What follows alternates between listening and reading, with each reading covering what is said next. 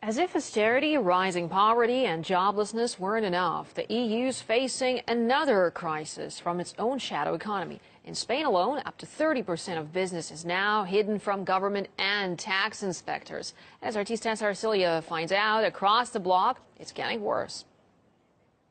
For millions of Europeans who find themselves stuck between a rock and a hard place in times of austerity, staying in the shadow is increasingly seen as a viable option to making ends meet, far from the taxman and the grip of government.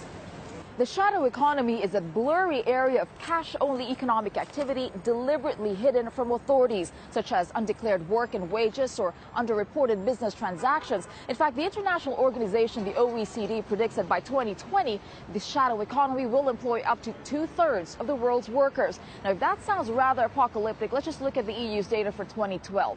There's about 1 trillion euros in potential tax revenues lost, and the total budget deficit for the entire bloc amounts to about 514 billion euros. And this shadow economy makes up to 1/5 of the GDP of the bloc. Now, in times of crises, the shadow looms larger. In fact, most of that activity takes place in some of the largest economies in Europe, such as France, Germany, Italy, Spain, and the UK. Now, Spain is known to have a very robust underground economy, amounting to about 29% of its GDP. The austerity has taken money out of the economies. It's led to the rising of taxes and the cutting of public expenditure. There's an increasingly high number of people who are having to work in the black market because the cost of living goes up and living standards go down as a result of the austerity.